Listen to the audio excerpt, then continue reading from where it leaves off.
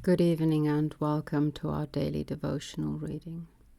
I hope you had a good solstice. Let's get into it immediately, closing our eyes and drifting away to that liminal space of the nowhere.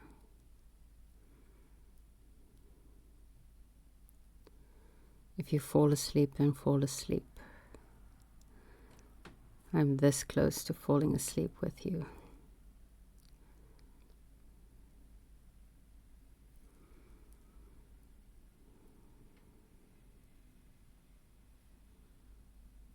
Just breathe and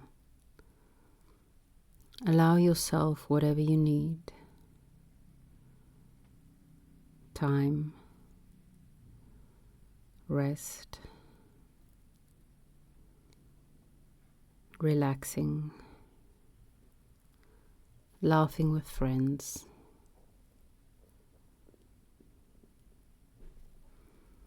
watching football,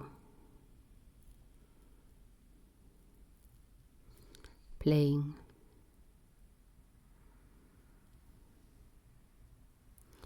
Whatever you need, allow yourself to partake of that.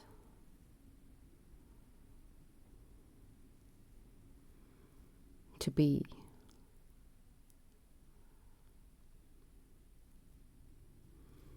To be perfectly human in your imperfection.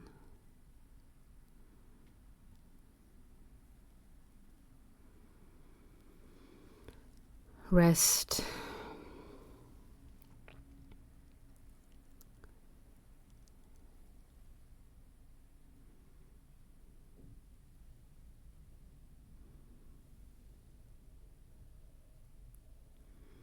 Sleep. The word sleep keeps coming to me because I am tired. I did not sleep enough yesterday. But before we do so, let's read Plato.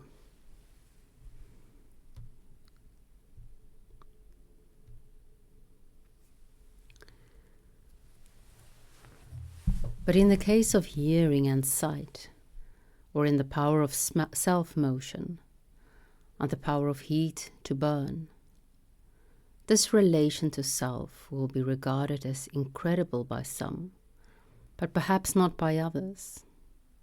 And some great man, my friend, is wanted, who will satisfactorily determine for us whether there is nothing which has an inherent property of relation to self, or some things only and not others, and whether in this class of self-related things, if there be such a class, that science which is called wisdom or temperance is included.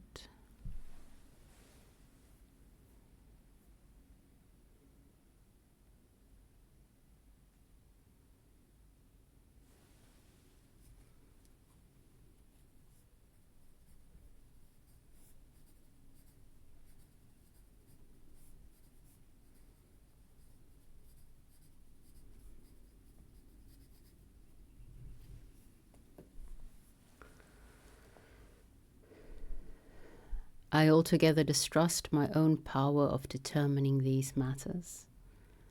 I am not certain whether there is such a science of science at all. And even if there be, I should not acknowledge this to be wisdom or temperance, until I can also see whether such a science would or would not do us any good. For I have an impression that temperance is a benefit and a good.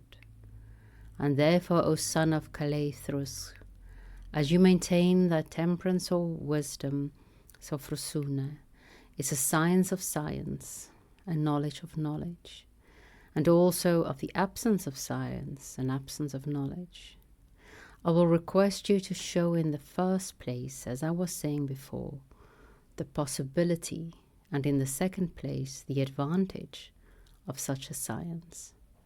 And then perhaps you may satisfy me that you are right in your view of temperance.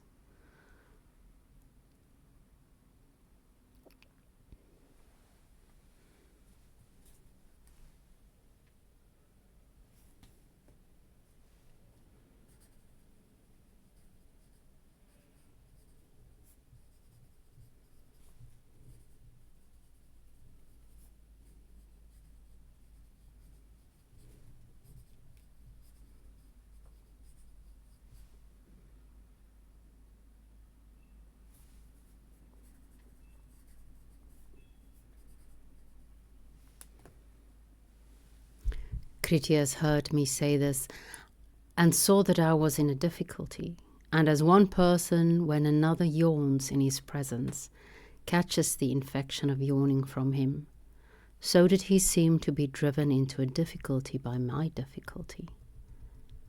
But as he had a reputation to maintain, he was ashamed to admit before the company that he could not answer my challenge or determine the question at issue, and he made an unintelligible attempt to hide his perplexity. In order that the argument might proceed, I said to him, "Well then, Critias, if you like, let us assume that there is a science of science, a branch of knowledge, studying knowledge. Whether the assumption is right or wrong may hereafter be investigated. Admitting the existence of it, will you tell me how such a science enables us to distinguish what we know or do not know, which, as you were saying, is self-knowledge or wisdom?" So we were saying? "Yes, Socrates," he said, "and that I think is certainly true. For he who has this science or knowledge, which knows itself, will become like the knowledge which he has, in the same way that he who has swiftness will be swift, and he who has beauty will be beautiful, and he who has knowledge will know. In the same way, he who has that knowledge which is self-knowing will know himself."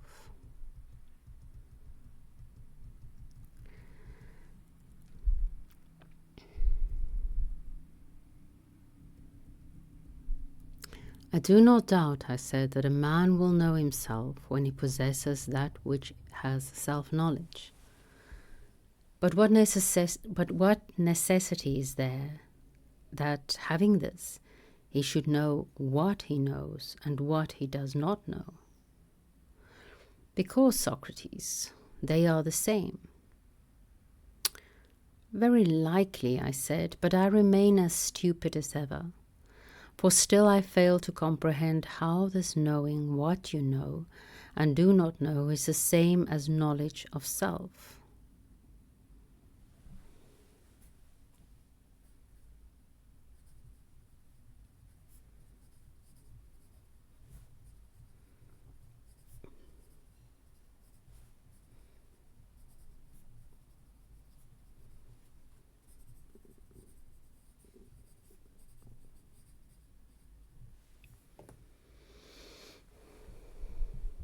"What do you mean?" he said.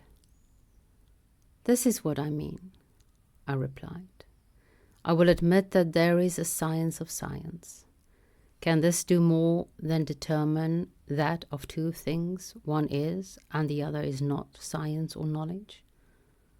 No, just that.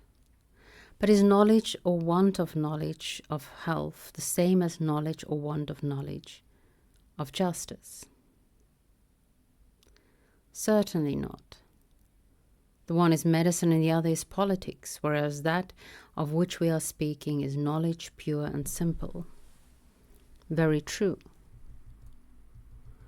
And if a man knows only and has only knowledge of knowledge, and has no further knowledge of health and justice, the probability is that he will only know that he knows something, and has a certain knowledge, whether concerning himself or other men." "True." Then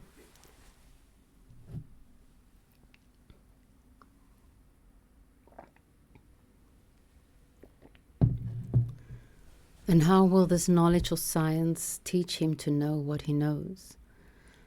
Say that he knows health, not wisdom or temperance, but the art of medicine has taught it to him. And he has learned harmony from the art of music, and building from the art of building, neither from wisdom or temperance, and the same of other things. That is evident. How will wisdom, regarded only as a knowledge of knowledge, or science of science, ever teach him that he knows health, or that he knows building? It is impossible. Then he who is ignorant of these things will only know that he knows, but not what he knows. True. Then wisdom or being wise appear to be not the knowledge of the things which we do or do not know, but only the knowledge that we know or do not know.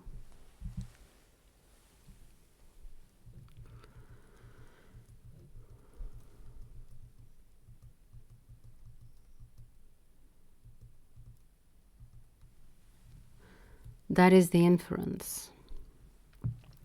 Then he who has this knowledge will not be able to examine whether a pretender knows or does not know that which he says that he knows. He will only know that he has a knowledge of some kind. But wisdom will not show him of what the knowledge is. Plainly not. Neither will he be able to distinguish the pretender in medicine from the true physician, nor between any other true and false professor of knowledge. Let us consider the matter in this way. If the wise man or any other man wants to distinguish the true physician from the false, how will he proceed? He will not talk to him about medicine, and that, as we were saying, is the only thing which the physician understands. True. And on the other hand, the physician knows nothing of science, for this has been assumed to be the province of wisdom. True. And further, since medicine is science, we must infer that he does not know anything of medicine. Exactly. Then the wise man may indeed know that the physician has some kind of science or knowledge, but when he wants to discover the nature of this, he will ask, what is the subject matter? For the several sciences are distinguished not by the mere fact that they are sciences, but by the nature of their subjects. Is not that true?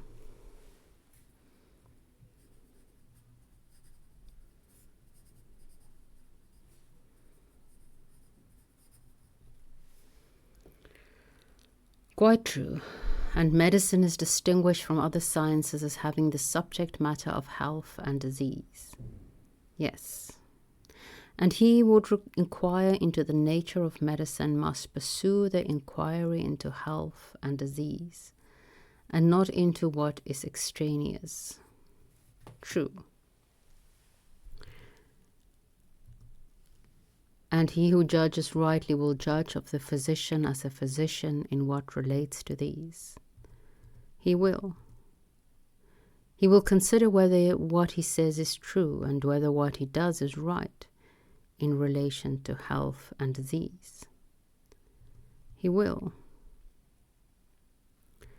But can anyone attain the knowledge of either unless he has a knowledge of medicine?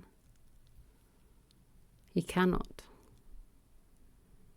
No one at all, it would seem, except the physician can have this knowledge, and therefore not the wise man. He would have to be a physician as well as a wise man. Very true.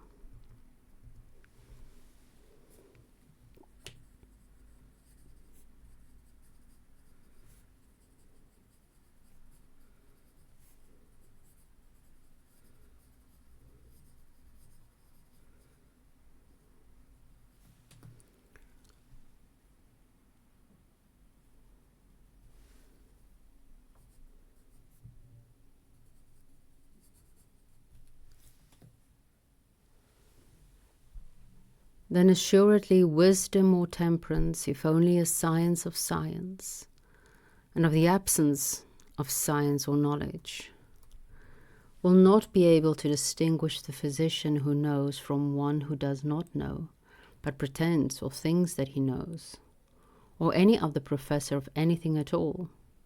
Like any other artist, he will only know his fellow in art or wisdom, and no one else. That is evident, he said.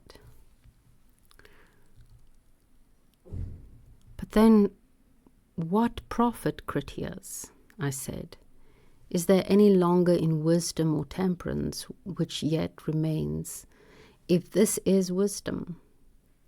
If indeed, as we were supposing at first, the wise man had been able to distinguish what he knows and did not know, and that he knew the one and did not know the other, and to recognize a similar faculty of discernment in others, there would certainly have been a great advantage in being wise, for then we should never have made a mistake, but have passed through life the unerring guides of ourselves and of those who are under us, and we should not have attempted to do what we did not know, but we should have found out those who knew, and have handed the business over to them and trusted in them. Nor should we have allowed those who were under us to do anything which they were not likely to do well. And they would be likely to do well just that of which they had knowledge. And the house or state which was ordered or administrated under the guidance of wisdom, and everything else of which wisdom was the Lord, would have been well ordered, for truth guiding, and error having been eliminated, in all their doings men would have done well, and would have been happy. Was not this, Critias, what we spoke of as the great advantage of wisdom? To know what is known and what is unknown to us. Very true, he said.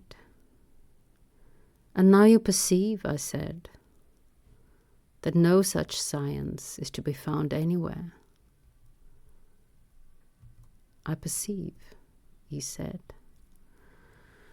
Thus far our scripture of the evening.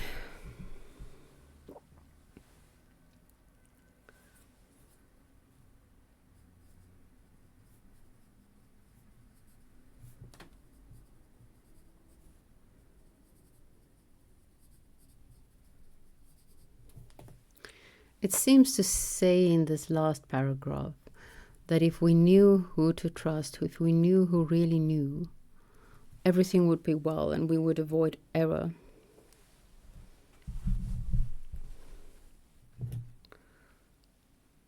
But that we can't, or at least that's not wisdom. But it feels a bit like practical wisdom to me. Knowing who to trust in what.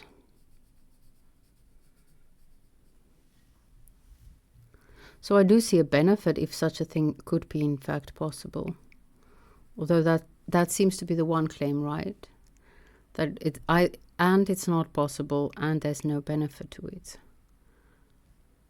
Though to me it seems that if it was possible to know who knows and who does not know, it would be of great benefit. Maybe I misread. It is very likely, as I mentioned, I'm quite tired.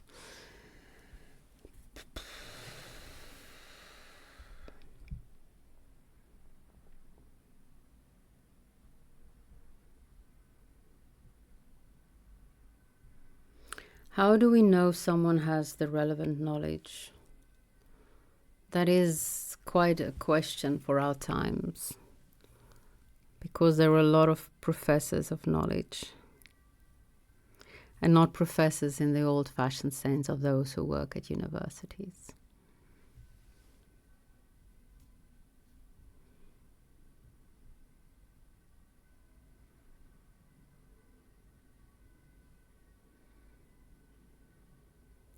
It's not even a question anymore only of where do we go for wisdom, where do we go for knowledge, but even information. Where do we go for true information? And it feels if we do not cultivate wisdom, we will even lose that ability. Picking up your phone and letting your phone tell you the facts.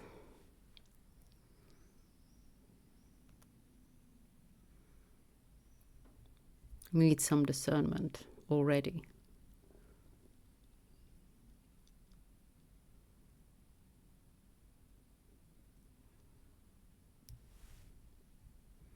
It seemed also at a certain point that Socrates was indeed saying it's not knowing what you know, but that you know or do not know.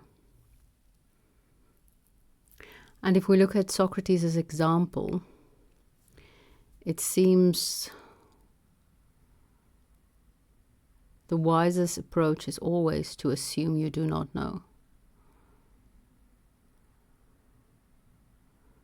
And you're trying to explore. Or indeed, what I've seen in a couple of the videos that I saw.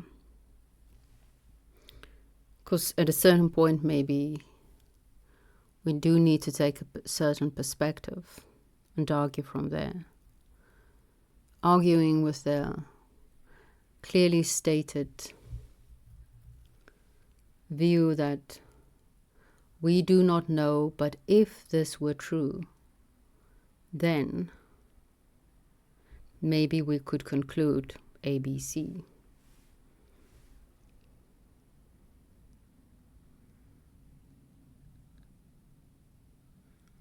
How do we know someone has the relevant knowledge? We still do have academic credentials. So that's always nice. If someone gives you medical advice, it might be wise to ask them if they actually have a medical degree.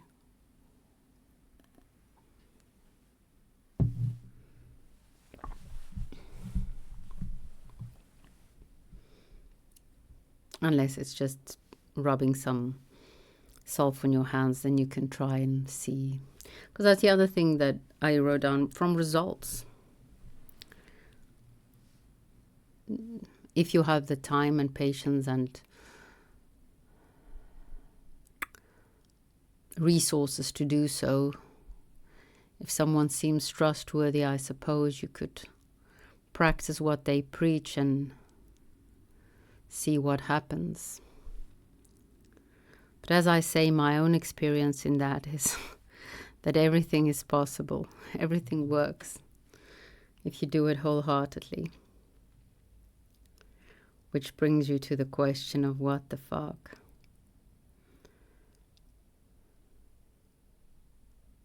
What is this know thyself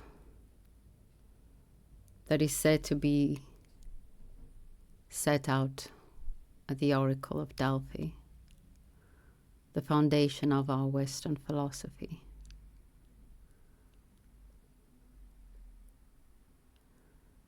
John makes a very strong case. Well, he didn't actually make a case for it. He just mentions it often, that it's not about autobiographical knowledge. Knowing yourself, know thyself. And I would agree, only I do think that a certain amount of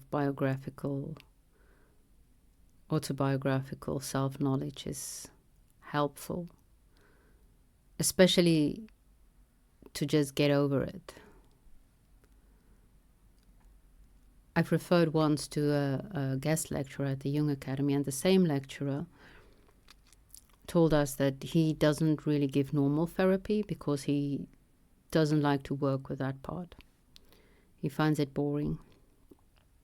But people have to go through that part before they can get to what he does work with, which is the higher self. Whatever that is.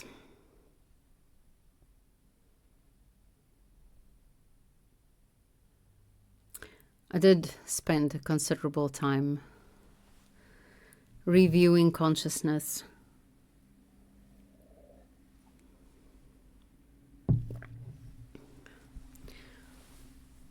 I still don't know what consciousness is, but disclaimer, in order to practice what I'm preaching, I have to remind myself and the viewer that I am not a neuroscientist.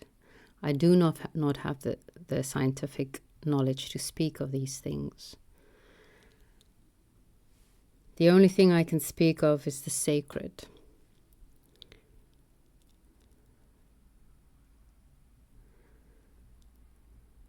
As I'm a master in the divinity and all things divine. And the depths.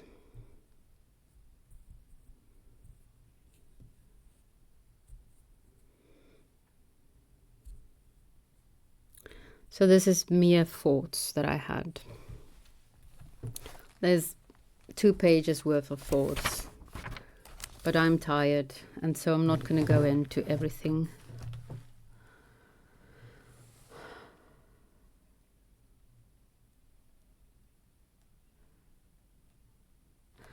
Basically, I think the questions that I was left with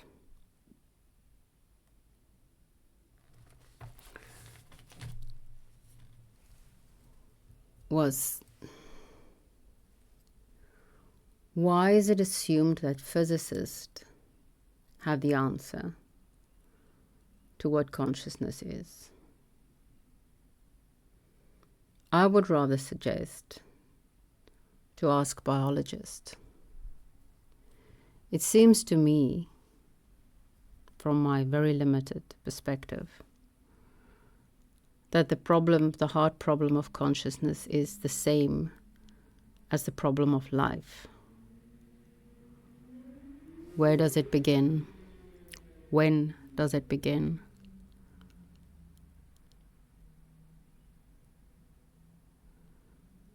It seems to me quite a given almost that all of life possesses consciousness.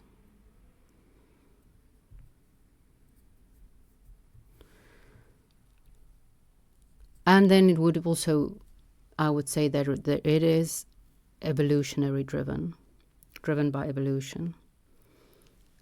If consciousness is for the sake of novelty, which is an argument I heard,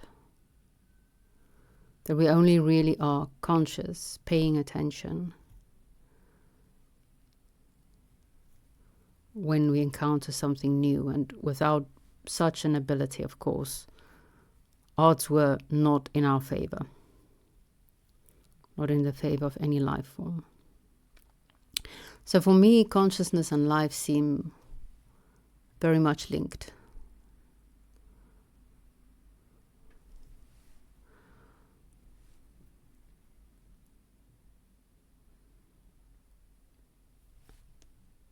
I don't know, and maybe it's a word thing. Maybe it's just that we don't have the right words for it yet, and we call it consciousness, what we mean something else. Unless subatomical particles are have life. Because there's something strange going on there as well.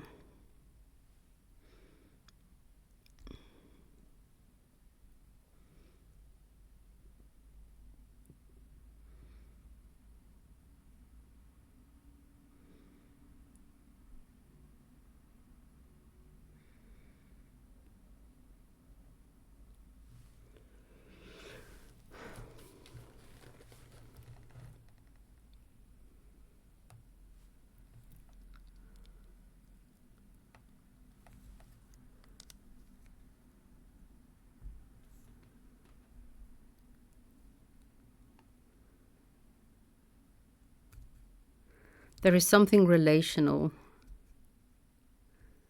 networks, even there. And Meteorology seems to be an extremely interesting study. The parts and the whole and how they relate to each other.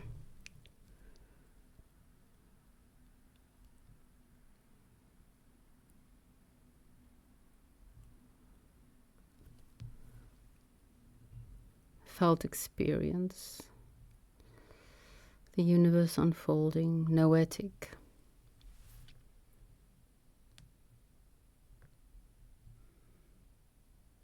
Consciousness is a foundational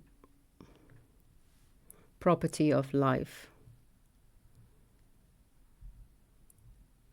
Seems to me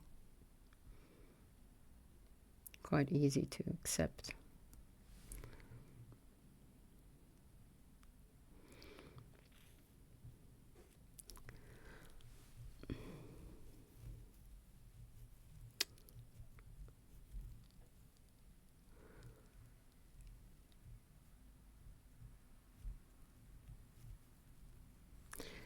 But I don't know.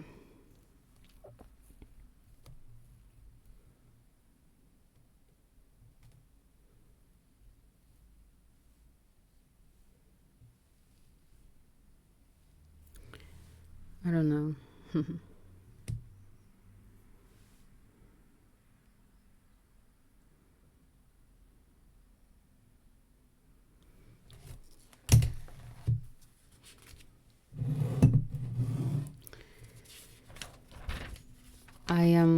I was also thinking of,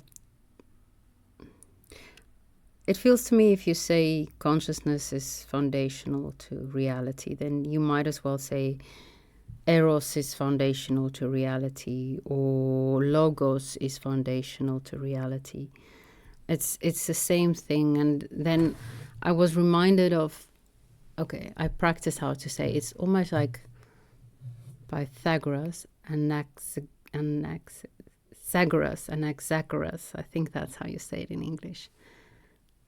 The one that had like mind as the unifying theory, noesis, noetic.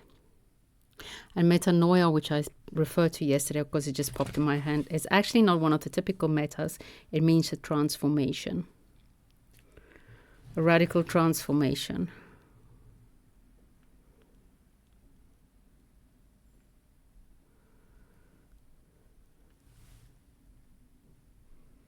Yeah.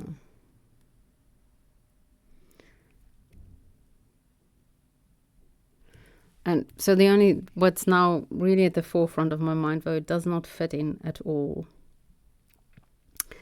is at a certain point I was tired and crying because it was overwhelming.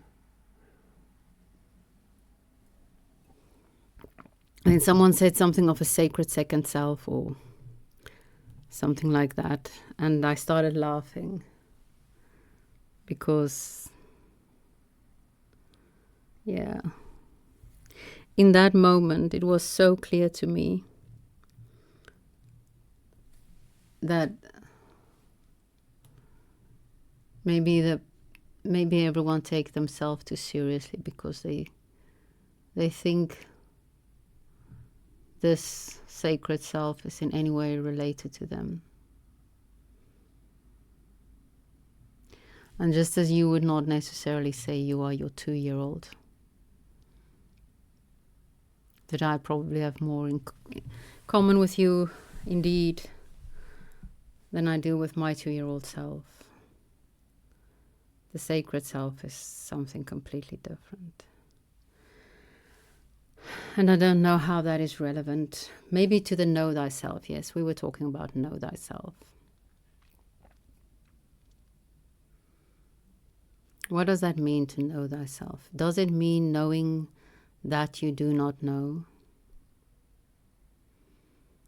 Does it mean knowing that you're human?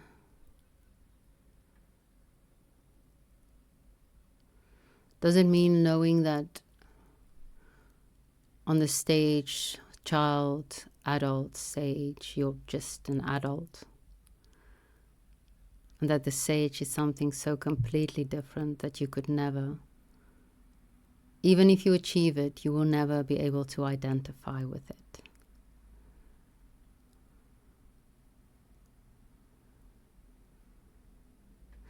Doesn't mean knowing the entire universe, because what is the self?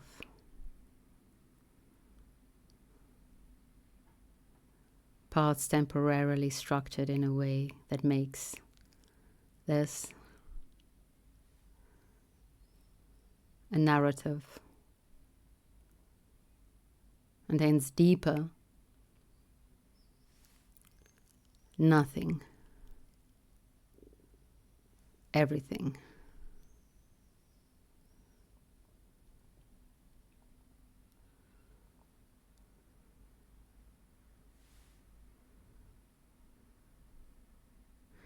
Is there a science of science, an understanding of understanding that could help us make sense of all this?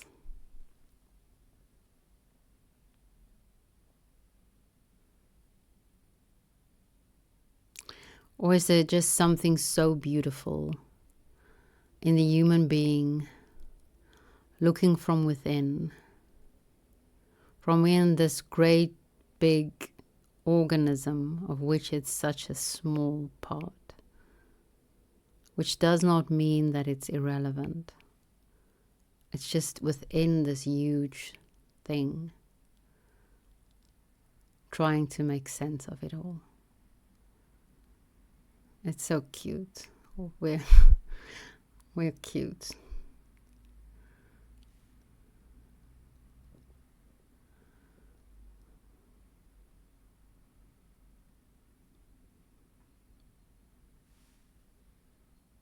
I don't know. But it's interesting.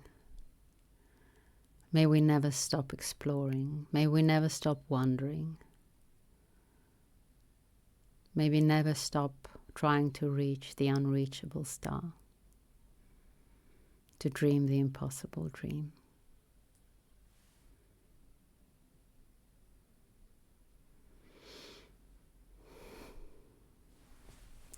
May the spirit of Sophia be with us.